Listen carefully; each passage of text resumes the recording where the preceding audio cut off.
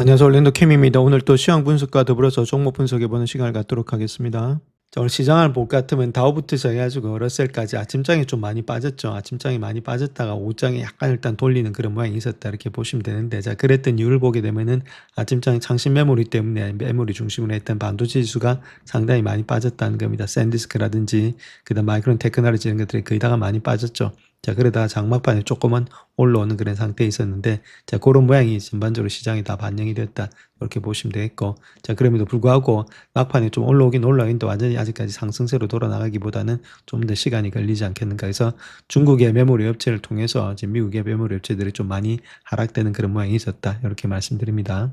자, 그래서 하루 동안에 맵을 보시게 되면 많이 하락했던 종목들이 테크놀로지 중심으로 좀 많이 하락했죠. 반도체 장비도 많이 하락했고, 그 다음에 또 메모리 업종들이 많이 하락을 했습니다. 특별히 샌디스크가 한 11%, 시게이트가 4%, 웨스턴 디지털이 한 4%, 마이크론 테크놀로지도 한 2%, 7%까지 아침장에 좀 많이 하락했죠. 아침장에는 타격을 많이 받았다가 시간이 지나니까 아무리 그런 것들을 만드는 데 있어서, 물론 지금 여러 가지 모습에서 리소그래피 이런 장비도 또 만들겠다 그렇게 이야기를 하고 있었지만은 시간이 많이 걸린다는 거겠죠. 이런 것들 따라잡는다고 이야기했지만은 시간이 많이 걸린다는 겁니다. 그러니까 처음에는 많이 내려왔다가 사람들이 일단은 지금 이제 심리가 안 좋으니까, 자, 그러다 생각한 후에는 오장에 좀 반등되는 그런 모습에 있었던 것이 반도체 시장이다 이렇게 보시면 되겠고, 자, 이런 것들이 가니까 결론적으로 이렇게 소프트웨어 종목들이 있죠. 그런 것들이 반대 방향으로 올라가는 모양이 있었다. 반도체 안 갈 때 이런 종목들이 간다 이렇게 보시면 되겠죠. 자, 그다음 전반적으로 뭐 아마존이라든지 테슬라는 계속해서 하락되고 있고, 자, 구글은 좀 많이 빠졌던데 다른 그런 반발 매수세가 계속해서 나오고 있다. 전반적으로 시장이 나쁘진 않았고, 에너지 이런 것들은 당연히 하락이 되겠죠. 그다음에 유틸리티 이런 것들도 올라가는 종목이 조금은 좀 주춤거렸다 이렇게 보시면 되겠습니다. 전반적으로 봐서 오늘 장도 반도체가 시장을 갖다가 조금 많이 내려갔다, 자, 그렇게 보시면 되겠죠. 자, 러셀도 마찬가지로 반도체 쪽은 좀 많이 하락되고 있는데, 반면에 일단 소프트 쪽은 좀 상승이 되고 있다 이렇게 보시면 되겠죠. 에너지 쪽은 많이 하락을 했다 이렇게 보시면 되겠습니다. 전반적으로 뭐 지금 다우하고 비슷하게 S&P 500하고 비슷하게 가고 있다 이렇게 보시면 되겠죠. 자, 하루 동안의 퍼포먼스 보시게 되면 많이 올라갔던 종목들을 보면 커뮤니케이션 서비스 이런 것들이 있죠. 아무래도 메타하고 지금 구글이 좀 올라갔고, 그 다음에 컨슈머 디펜스 이런 것들, 그 다음에 컨슈머 시크릿 그런 것들이 좀 상승했다 이렇게 보시면 되겠고, 테크놀로지는 좀 하락했고, 에너지가 많이 하락했죠. 11개 섹터 중에서 한 8개는 아직까지는 상승이 되고 있다. 아직까지 순환매가 되고 있다. 이렇게 보시면 되겠습니다.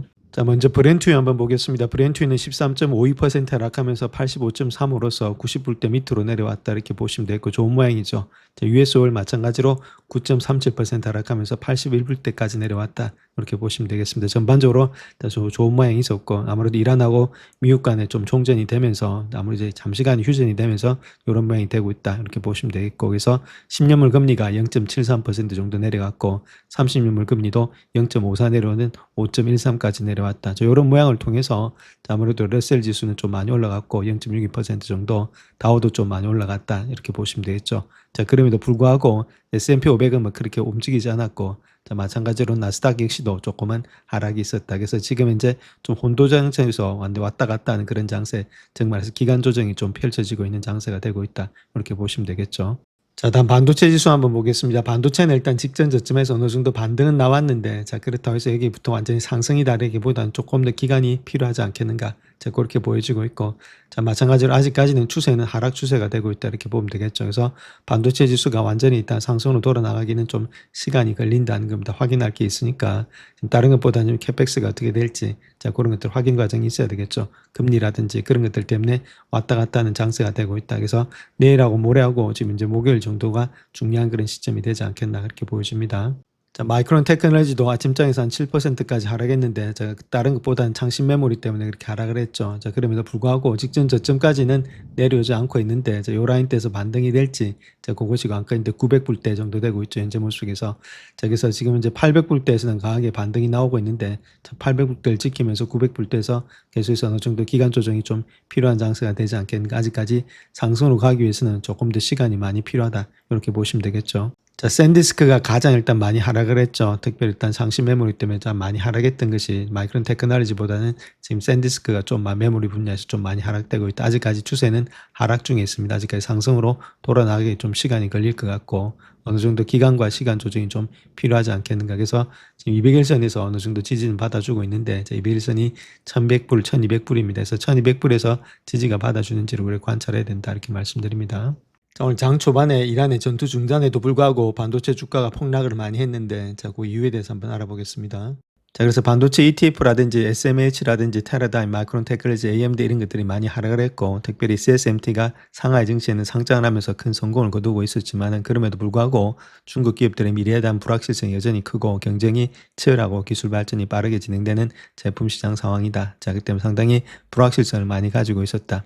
근데 가장 중요하게 지금 이제 이렇게 하락했던 이유를 보게 되면, 더 인포메이션이 이야기했던 내용이, 자, 리소그래피 장비 개발에 착수하겠다. 자, 그렇게 보도한 후에 시장 자체가 더욱더 압력을 받았다는 거겠죠. 그래서 반도체 제조의 장비 때문에 지금 따라오지 못하고 있는데, 그 장비만 만들어낸다면 충분히 따라오지 않겠는가. 자, 그런 것들 우려가 있었다는 거죠. 근데 그 장비가 그렇게 쉽게 만들어지는 것은 아닌데, 자, 이런 것들이 시장에서 조금만 불안한 것만 들어도 시장이 폭락하는 그런 모양이 되고 있다. 그렇게 보시면 되겠죠. 자, 그것 때문에 ASML에 지금 이제 주식 자체가 한 7% 이상 하락을 했다. 그렇게 말하고 있고, 특별히 지금 이제 6월 말에 기록했던 최고치에서 아직까지 회복되지 못하면서 인공지능의 거품이 꺼지고 있다는 징후가 나타나고 있다. 투자자들이 지금의 포트폴리오를 재조정하고 있다. 그렇게 이야기를 하고 있죠.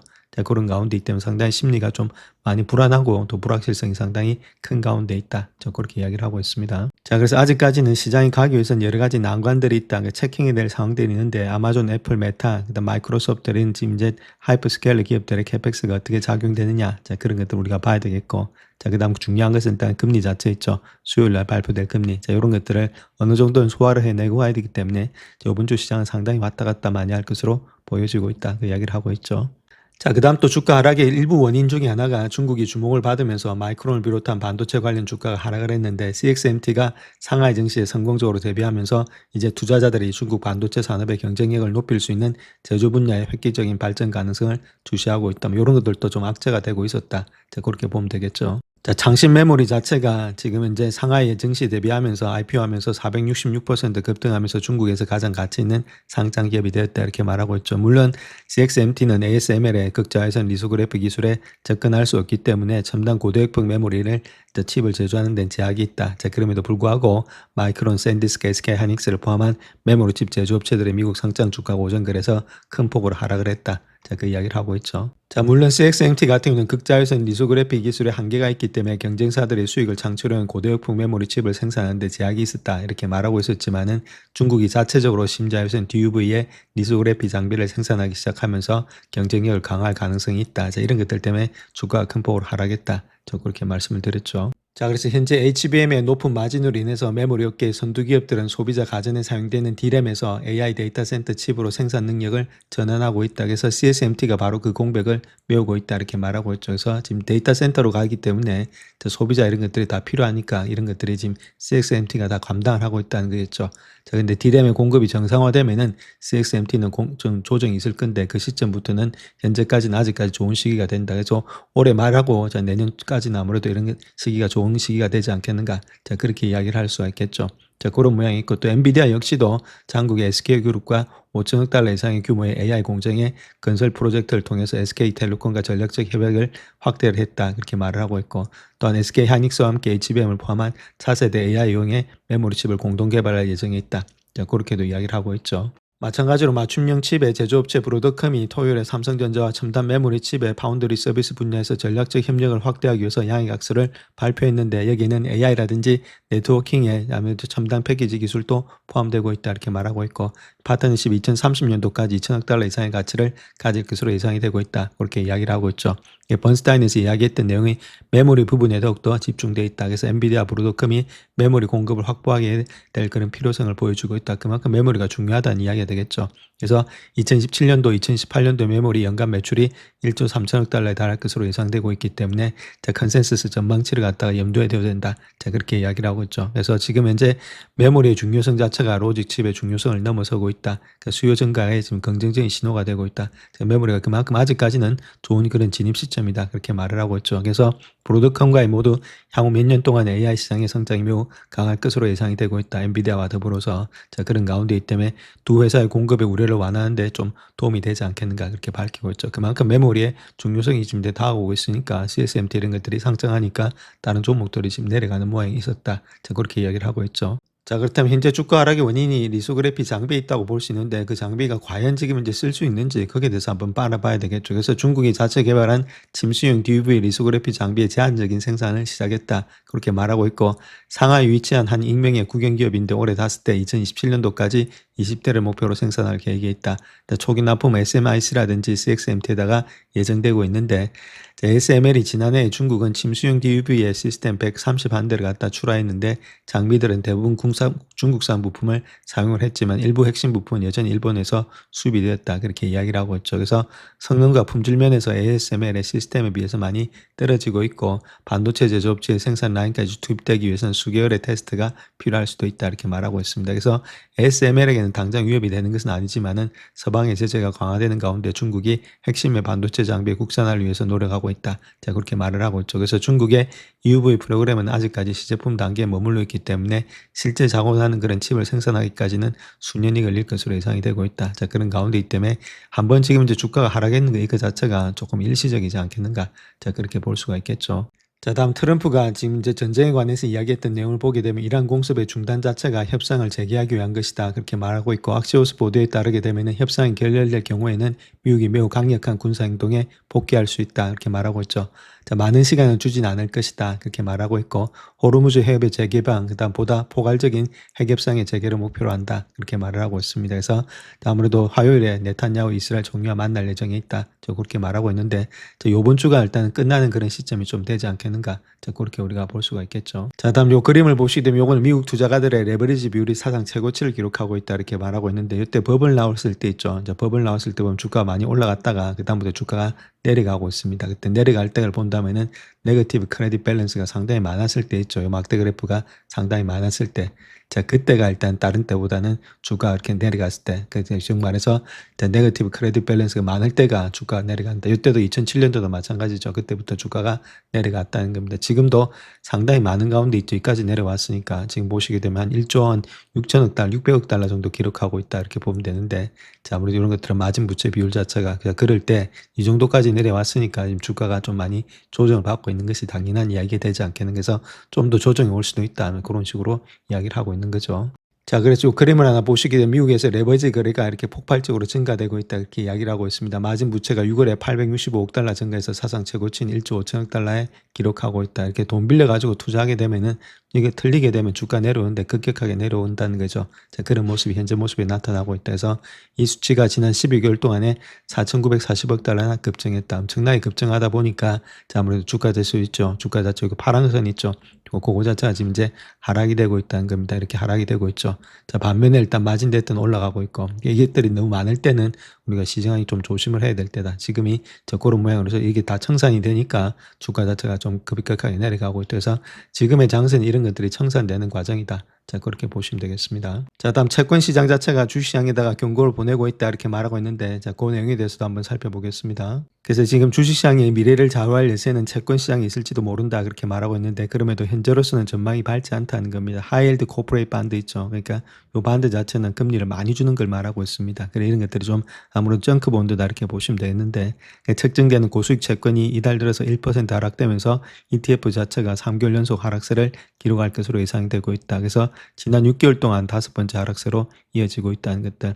자, 이러한 부진한 실적의 증시가 새로운 최고치를 경신하는데 어려움이 겪는 가운데 나왔고 지금 이제 6월 초 장중에 사상 최고치를 기록한 이후에 S&P 500 지수가 2% 정도 하락되고 있죠. 그래서 투자자들이 시장 내에서 자금을 이동시키면서 지수는 여전히 최고치 부분에서 맴돌고는 있다. 그렇게 말하고 있죠. 그래서 이렇게 고수익의 회사채 채권이 시장이 부진한 가운데 아무래도 좀 투자자들이 주의를 기울여야 된다. 그 이야기를 하고 있죠. 이런 것들이 지금 이제 부진하다는 말은 고수익 채권은 금리를 많이 주는 거니까 그 이쪽에 부진하다는 이야기는 아무래도 유동성이 많이 줄어들고 있다 이렇게 보면 되겠죠. 유동성이 풍부할 때는 이런 것들 뭐 고수익 많이 준다 하더라도 뭐 달라붙는데 지금 이제 금리도 국채 금리도 많이 올라온 데다가 시장 자체가 안 좋으니까 이쪽에다 유동성이 좀 많이 부족하다 보니까 이쪽에 돈이 안 들어가고 있다. 자, 그렇게 우리가 보시면 되겠죠. 그래서 이 차트 하나 보시면 요 밑에 있는 거 있죠. 요거 자체는 하이힐드 펀드다 이렇게 보시면 되고 위에 있는 것은 S&P 500 지수다 이렇게 보면 되겠죠. S&P 500 지수는 플랫되고 있는데 이런 것들이 계속해서 내려오니까 자, 아무래도 유동성이 좀 부족한 가운데 있다 면 주가가 내려올 가능성이 많다는 겁니다. 그래서 얘가 내려갈 때 일단 지수도 같이 내려갔죠. 올라갈 때 같이 지수도 올라갔기 때문에 얘가 먼저 선행 지표하는 거 아니냐. 자, 그 이야기를 하고 있는 거죠. 자, 그래서 채권 시장이 좀 불안해 보인다. 자, 그렇게 말을 하고 있고, HYG 차트 자체가 확실히 큰 고점을 형성 과정을 갖다 시작하는 것처럼 보여지고 있고, 그 시장이 압력을 느끼기 시작하게 되면은 HYG 이런 것들은 3월의 저점을 갖다가 추격하고 있다. 자, 그렇게 이야기를 하고 있죠. 자, 특별히 미국과 이란 간의 전쟁이 장기화되면서 채권 가격이 하락 압력을 받고 있는데, 지속적인 고물가에 대한 우려를 증폭시키고 연준의 금리 인상 가능성에 대한 우려를 불러일으키고 있다. 자, 이렇게 보면 되겠죠. 그래서 요번에 일단 기준금리 인상을 할 가능성은 34%밖에 되지 않고 있는데, 자, 물론 일주일 전에 16%보다는 상승한 수치다. 이번에는 동결이 되고, 이번이 중요한 게 아니고 이제 9월 달에 어떻게 될지, 그 전망을 갖다 케빈 워시가 어떤 식으로 이야기할지가 시장에서 또 성패를 가름지른다. 자, 그렇게 보면 되겠죠. 자, 그 다음 또 2년 만기 국채 수익률이 있죠. 이거 자체가 연중에 최고치를 경신한 가운데 S&P 500 지수가 새로운 최고치를 돌파하는데 어려움을 겪고 있다. 자, 결론은 일단 금리 문제인데, 자, 금리가 내려오기 위해서는 아무래도 석유가 더 많이 내려와야 된다. 그 이야기를 하고 있죠. 그래서 2년 만기 국채 수익률이 4.3을 넘어섰다. 그렇게 말하고 있습니다. 이러한 현상의 원인은 유가와 단기 인플레이션에 대한 기대감이 시장에 영향을 미치는데 크게 기여하고 있고, 그래서 실적이 아무리 좋아도 2년 만기 국채 수익률이 최고치를 경신하기 시작하면 더 이상 상승할 수가 없다. 자, 그 이야기를 하고 있죠. 그래서 그 시가 좀 누르고 있다. 자, 그렇게 보시면 되겠습니다. 자, 기업의 부채 증가가 AI 구축에 미칠 수 있는 영향이 있는데, 자, 거기에 대해서도 한번 알아보겠습니다. 자, 인공지능 구축을 주도하고 있는 기술 기업들의 신용 스프레드가 확대되고 있고, 부채 수준이 증가함에 따라서 올 하반기에는 더욱더 확대될 것으로 보여지고 있다. 그래서 이때까지는 프리캐시 프로가 남아가지고 잉여 현금 흐름으로서 자기가 자기 돈으로 했는데, 이제부터는 채권을 발행해가지고 남의 돈으로서 투자를 하고 있다는 겁니다. 자, 원래 부채가 많았던 네오클라우드로 알려진 기술 인프라 구축 외에도 지금 대형 클라우드의 컴퓨팅 하이퍼스케일러에도 부담을 주고 있다. 자, 네오클라우드 이런 건데 오라클이 있었죠. 그러니까 오라클이 지금 이제 부담을 갖는 것처럼 지금 이제 하이퍼스케일러 기업들도 그런 부담이 되지 않느냐. 자, 그 이야기를 하고 있는 거죠. 그래서 클라우드의 컴퓨팅 지원, 인공지능의 소프트웨어 기업, 칩 제조업체 간의 순환 투자 이런 것들이 네오클라우드가 이러한 비용 부담을 일부 회복하는데 도움은 될 수 있겠지만 동시에 기업 부채 금리 상승이 해당 부분 전반에 파급 효과가 될 수 있다. 중요한 건 이제 금리가 올라가게 되면은 주가 자체가 올라가는데 상당히 힘이 들지 않겠는가. 자, 그 이야기를 하고 있는 거죠. 자, 그래서 여기서 스프레드에 대해서 한번 알아봐야 되는데, 스프레드는 만기는 같지만은 신용 등급이 다른 두 채권의 수익률을 말한다 이렇게 말하고 있는데, 회사채는 비슷한 만기의 국제 수익률과의 차이로 가격이 책정되고 있는데, 스프레드가 넓어진다는 것 자체가 투자자들의 채무 불이행을 갖다 위험을 더 크게 인식하고 있기 때문에 더 높은 수익을 원한다는 거다 이렇게 보면 되겠죠. 원래는 스프레드 자체가 이게 금리 차를 말하는 겁니다. 그래서 금리 차가 국채하고 회사채 거래가 금리 차가 많아지면 많아질수록 좋은 게 아니죠. 비슷해야 아무래도 신용도가 좋은데 신용도가 낮아질수록 아무래도 금리 차가 많이 늘어나겠죠. 그래서 지금 이제 그런 것들이 많이 늘어나는 거 아니냐. 자, 그래서 개인들이 아무래도 다른 것보다 투자자들이 더 높은 수익을 원한다는 것을 의미하고 있다. 그렇게 말하고 있죠. 그래서 못 믿겠다는 겁니다. 한마디로 말해서. 그래서 그런 것도 물론 하이퍼스케일러들 못 믿는 게 아니라 믿기는 믿는데 금리 더 달라. 자, 그 이야기를 하고 있는 거죠. 그래서 하이퍼스케일러 기업들이 투자를 갖다 지속적으로 확대하고 있기 때문에 구글 같은 경우는 2010년도, 2017년도에 자본 지출 전망치를 모두 상향 조정했죠. 그래서 이에 따라서 신용도에 대한 우려가 투자자들 사이에서 더욱더 커지고 있다는 겁니다. 그래서 현재 하이퍼스케일러 기업들의 스프레드가 확대되고 있다. 그래서 신용 디폴트 수업 CDS 또한 상당히 확대되고 있다는 것들. 오라클의 CDS가 2008년도 그런 수준과 맞먹는 수준인데 동시에 하이퍼스케일러의 지금 CDS 역시도 바닥을 찍고 있는 상태에 있다. 그래서 이런 추세가 투자자들에게는 유리하지 않다. 자, 그렇게 이야기를 하고 있죠. 그래서 밑줄에서 이야기하고 있는 내용을 보게 되면 규모가 작고 부채 비율이 높은 네오클라우드 기업들 중심으로 스프레드가 확대될 수 있다. 그렇게 경고하고 있고, 네오클라우드가 마이너스의 프리캐시 프로를 발생시키고 신용 스프레드가 확대되어서 자금 조달에 대한 우려를 낳고 있다. 그렇게 말하고 있죠. 자, 그 중에서 코이버 이런 것들은 상당히 부채 비율이 높습니다. 자기 자본 한 739배 정도 되고 있다. 아이렌 같은 거는 좋죠. 근데 네비우스도 마찬가지고 이런 것들이 좀 부채 비율이 높다 이렇게 말하고 있는데, 반면에 일단 대형 클라우드 기업들은 상대적으로 부채 규모는 낮다. 그래서 아마존, 알파벳이 이런 것들이 총 부채 비율이 한 18배 정도 되고 있다 이렇게 말하고 있죠. 물론 상대적으로 이런 것들은 좋은데 이런 것들이 너무 높게 되면은 얘들도 계속해서 이렇게 채권을 발행하게 되면은 상당히 부채 비율이 높아지면은 사람들이 조금 일단은 더 금리를 더 달라. 자, 그렇게 할 수가 있다. 자, 그 이야기를 하고 있는 거죠. 자, 그래서 기업의 신용 스프레드는 올해 하반기와 2027년도까지는 확대될 것으로 예상이 되고 있다 이렇게 말하고 있고, UBS에서 이야기하고 있는 내용을 보게 되면은 미국의 신용 스프레드는 3분기에 대체로 제한적인 범위 내에 머물다가 4분기에 확대되고 2027년도에는 다시금 축소될 것으로 예상이 되고 있다 그렇게 말하고 있습니다. 그래서 하반기에는 신용 수익률이 투자자들이 감수해야 될 위험 수준을 갖다 상쇄하기는 어렵다. 자, 그렇게 말하고 있죠. 아무래도 발행을 많이 하니까 자, 그렇게 될 거고, 기술 자금 조달, 특히 첨단 기술 분야의 자금 조달은 표준의 채권 발행 채널을 통하지 않고 이루어지는 경우가 많기 때문에 아예 장부에 기록되지도 않는다. 자, 그 이야기를 하고 있죠. 그래서 컴퓨팅의 인프라 구축이 계속됨에 따라서 이러한 자금 조달 방식에도 추가적인 조사가 이어질 것으로 예상이 되고 있다. 이렇게 말을 하고 있습니다. 그러니까 이렇게 되면은 또 아무래도 조금 일단은 지금 공식적으로 발표가 되면은 거기에 따른 또 금리가 더 올라가지 않겠는가. 자, 그렇게도 볼 수가 있겠죠. 그래서 골드만삭스 같은 경우에 있어서는 7월 9일 보고서에서 인공지능 투자 사이클이 수년에 걸쳐서 지속됨에 따라서 투자 노출, 가격 책정에 대해서 더욱 세밀한 결정이 이루어질 것으로 예상이 되고 있다 이렇게 말하고 있고, 궁극적으로는 자금 조달 수요를 충족하기 위해서 신디케이트의 대출 시장, 사모 시장, 합작 투자 구조, 국제 금융 자본을 포함한 다양한 금융 시장이 필요하다 이렇게 말하고 있죠. 중요한 것 자체는 엔비디아, 스페이스X, 아마존 이런 여러 기업들이 발행한 채권을 갖다 물량들이 쏟아지고 있다는 겁니다. 채권 시장 이미 이를 소화하는 데 어려움을 겪고 있다는 거겠죠. 특별히 엔비디아, 스페이스X가 발행한 채권은 상대적으로 낮은 금리로 조달되었지만 2차 채권 시장에서는 실패했다는 것들, 아마존은 자사 기준으로 높은 금리에 만족해야 됐다. 이런 것들이 아무래도 시장에 상당히 나와 있기 때문에 좀 압력을 가하고 있다. 아무래도 금리가 높아지게 되면 기업의 마진이 줄어드니까 이런 측면에 있어서 지금 하이퍼스케일러 기업들의 주가가 올라가지 못하고 있다 그 이야기를 하고 있는 거죠. 자, 그 다음 또 순환금융의 위험이 있다는 겁니다. 엔비디아가 네오클라우드 고객에게 제공하는 보증계약과 같은 기술 부분의 내순환 투자가 부채 비용의 증가 이런 영향을 악화시키거나 완화될 수 있다 이렇게 말하고 있는데, 자, 특별히 네오클라우드 업체들은 현재 기가와트당 500억 달러라는 헐값에도 불구하고 투자 자금 조달에 어려움을 겪고 있죠. 자, 그런 가운데 이 때문에 7월 15일에 고객들에게 보낸 전화에서 이야기하고 있는데, 이러한 상황에서 엔비디아는 자금 조달에 더욱 직접적으로 관여하고 있다는 겁니다. 그래서 네오클라우드는 특정 프로젝트를 위해서 특수한 부채 계약을 체결할 수 있도록 이를 통해서 하이퍼스케일러 기업들의 고객의 신용 등급을 활용해서 어느 정도 보호를 받을 수 있다. 그렇게 이야기를 하고 있죠. 그래서 이쪽에서 투자를 해주고, 정말에서 엔비디아에서 뭐 코이브 이런 데다가 투자해주고, 코이브 같은 경우는 이쪽에 있는 물건들을 갖다가 지금 이제 사주는 그런 계약들을 하고 있다는 거죠. 뭐 GPU 같은 것들, 자, 그런 것들이 아무래도 순환 투자의 위험이 되고 있다 그 이야기를 하고 있는 거죠. 그래서 프리덤 캐피탈에서 이야기하고 있는 내용이 지난번에 코이브가 데이터 센터의 자본 지출에서 그렇게 했다는 겁니다. 자, 그런데 이러한 보호 조치는 클라우드 컴퓨팅 부분 전체에 적용되는 것은 아니고, 중앙은행들의 조정기구인 국제결제은행 이런 것들이 이달 초에 순환금융의 맥락에서 부채를 과도하게 사용하는 것이 시장 붕괴로 이어질 수 있다. 자, 그렇게 경고하고 있죠. 과도하게 사용했을 때, 그래서 부채와 순환금융을 통해서 조기에 투자하려는 경쟁은 파산 가능성을 더욱더 높인다. 자, 그렇게 이야기를 하고 있습니다.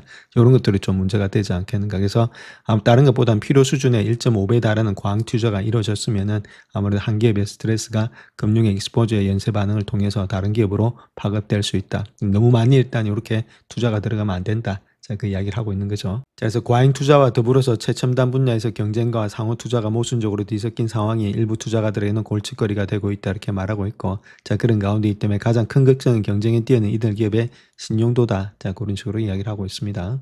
자, 트럼프 역시도 지금 워시 총재를 갖다 훌륭하다고 칭찬하면서도 금리 인하를 갖다 촉구하는 다른 연준 관계자들의 나쁜 의도를 비난하고 있다 이렇게 말하고 있죠. 그래서 트럼프는 계속해서 금리를 인하하기를 원하고 있다 이렇게 말하고 있습니다. 그래서 요번에 다른 것보다는 일주일 정도의 지금 이제 공백 기간을 줬죠. 이런 것들도 금리가 올라갈까 봐서 아무래도 기름값을 내리기 위해서 아무래도 당분간 잠시 일단 이라는 폭격을 중지하지 않았나. 자, 그런 의도도 있겠죠. 자, 그런 가운데 이 때문에 금리에 대해서 상당히 많이 신경을 쓰고 있는 것이 역시나 트럼프다 이렇게 보시면 되겠죠. 자, 그래서 결론적으로 봐서 하이퍼스케일러 기업들의 공격적인 AI 투자, 자, 이로 인해서 주가가 흔들리고 있지만 강세장은 바로 AI 투자에 좀 달려있지 않나. 자, 그렇게 우리가 볼 수가 있겠죠. 자, 먼저 구글부터 보게 되면은 컴퓨팅 파워에 대한 수요 급증 속에서 공급 제약을 이유로 2010년도, 2017년도의 자본 지출 전망치를 상향 조정했다. 그렇게 말하고 있고, 특별히 자본 지출 규모가 최대 1,900달러에서 2,050억 달러로 증가할 것이라는 발표 후에 주가가 급락했죠. 자, 결론은 일단 요것 때문에 캐펙스 때문에 지금 현재 주가가 하락했던 것이 구글이다.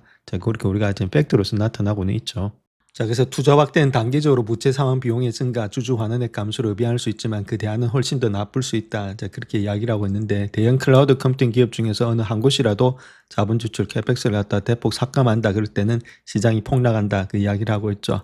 그래서 지금 자본 지출의 삭감 아니면은 정도는 좀 덜하지만 자사주 매입의 감소, 자사주 매입 감소가 지금 좀 나타나고 있죠. 또 돈을 지금 이제 계속 투자를 하고 있으니까 이런 것들이 시장의 혼란을 야기시키면서 약세 전망을 하게 되고 있다. 이런 것들이 지금 이제 아무래도 약세 전망이 지금 가져가고 있죠. 그래서 JP모건 같은 경우는 전술적으로 낙관적이다 이렇게 말은 하고 있지만 실질적으로 지출 감소, 자본 지출 감소를 했을 때는 아무래도 좀 비관적으로 바꿀 수 있다. 자, 그렇게 이야기를 하고 있습니다. 자본 지출의 감소는 단기 수익의 감소보다 더 심각한 문제가 되고 있는데 컴퓨터 용량에 대한 전반적인 수요가 정체되고 있기 때문에 예측이 과대평가되었을 가능성을 시사하기 때문이다. 자, 그렇게 이야기를 하고 있고, 자, 기업의 자본 지출이 둔화된다면 수요가 다시금 감소하고 있다는 신호로서 해석될 수 있기 때문에 우려스럽다. 그렇게 말하고 있죠. 그래서 구글이 2027년도에 약 2,600억 달러 규모의 자본 지출을 할 것으로 예상이 되고 있고, 자, 사람들은 그 정도면 만족할 것이라고 생각한다면서, 자, 걱정하는 것 자체가 조금 어떤 지출이 줄어드는 경우가 걱정이 된다는 거겠죠. 그래서 갑자기 올해 구글이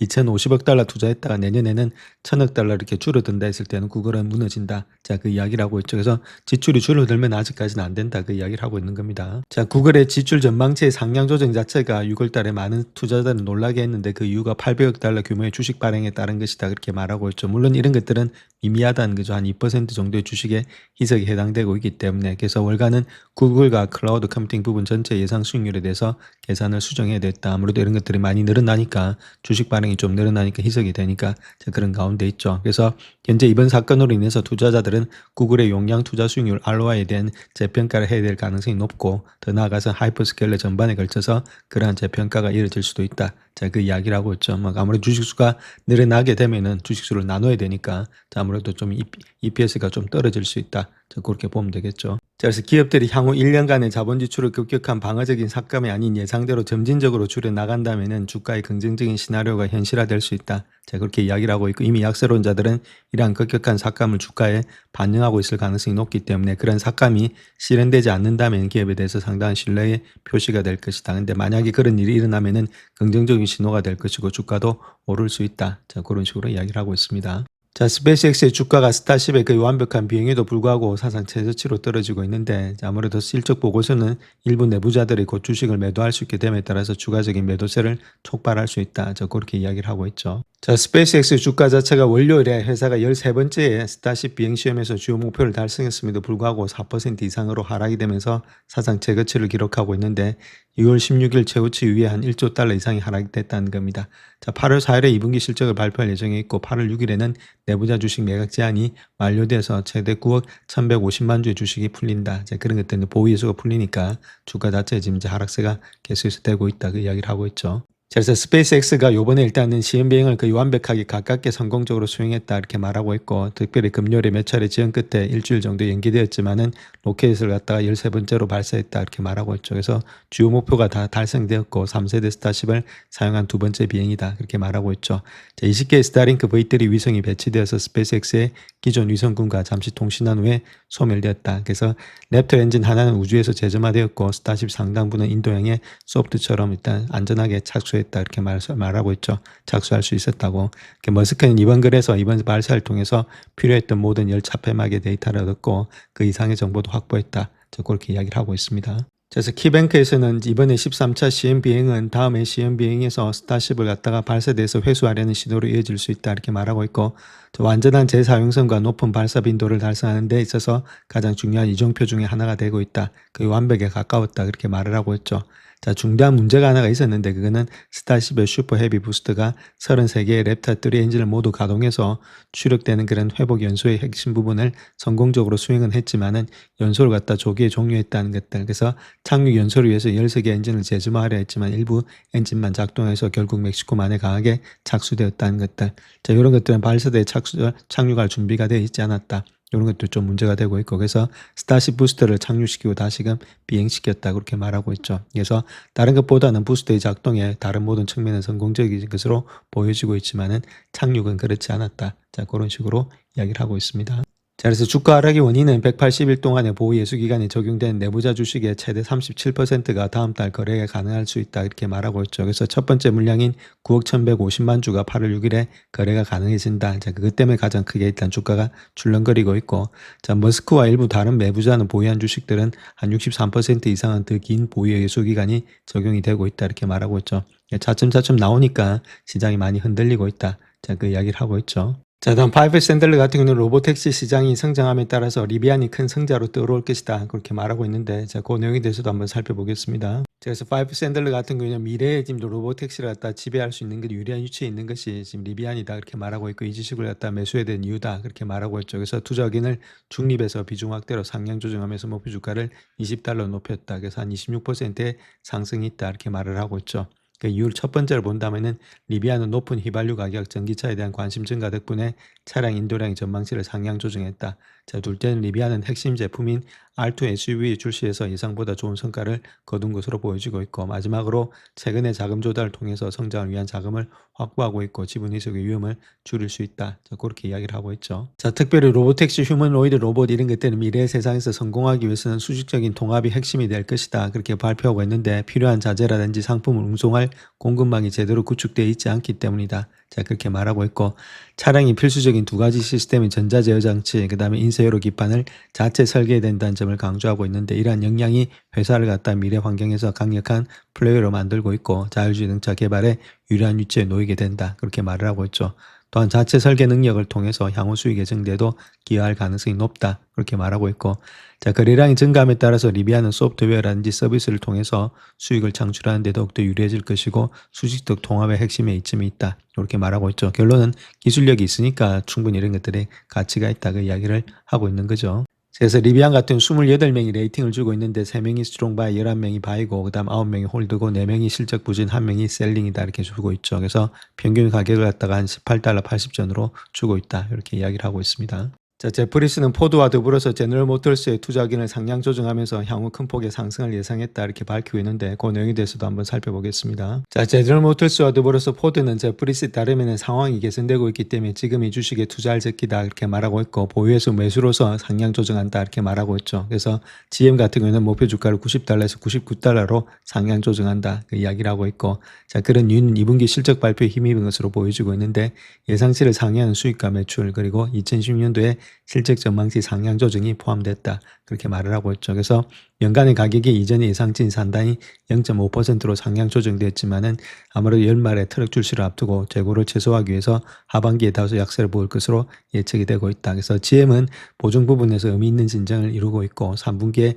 추가 진전이 예상되면서 4분기에는 그보다 적은 진전이 있을 것이다. 또한 이전 회의에서 CEO가 이야기했던 내용을 본다면 경쟁사 대비 가격을 맞추면은 장기적으로 20에서 40억 달러의 비용을 절감할 수 있다. 자, 이런 것들이 전반적으로 다 포함이 돼서 주가 자체의 상승이 여력이 있다. 그 이야기를 하고 있죠. 자, 다음 제프리스 같은 포드의 목표 주가를 14.5달러에서 17.5달러로 상향 조정하고 있다. 금요일 종가 대비해서 22%의 상승이 있다. 그 이야기를 하고 있고, 자, 2분기를 저점으로 다시금 상승세를 타기 시작할 것으로 전망되고 있다. 그 이야기를 하고 있죠. 그 이유는 노벨리스의 생산 재개에 의해 생산량이 정상화되면서 2분기는 물량 측면에서 저점일 것으로 예상이 되고 있는데, 자, 특별히 알루미늄 공급업체인 노벨리스는 두 차례 화재로 인해서 가동이 중단됐던 뉴욕 공장에서 지난달에 생산을 재개했다는 겁니다. 자, 그로 인해서 이 공장은 포드의 F155의 트럭 라인에 알루미늄을 공급하는 곳인데, 자, 미국의 시장 상황이 호전됨에 따라서 경영진이 2분기 실적 전망치를 상향 조정할 수 있다. 그러니까 불났다가 이런 것들이 라인이 조정되니까 주가 상승 여력이 있다.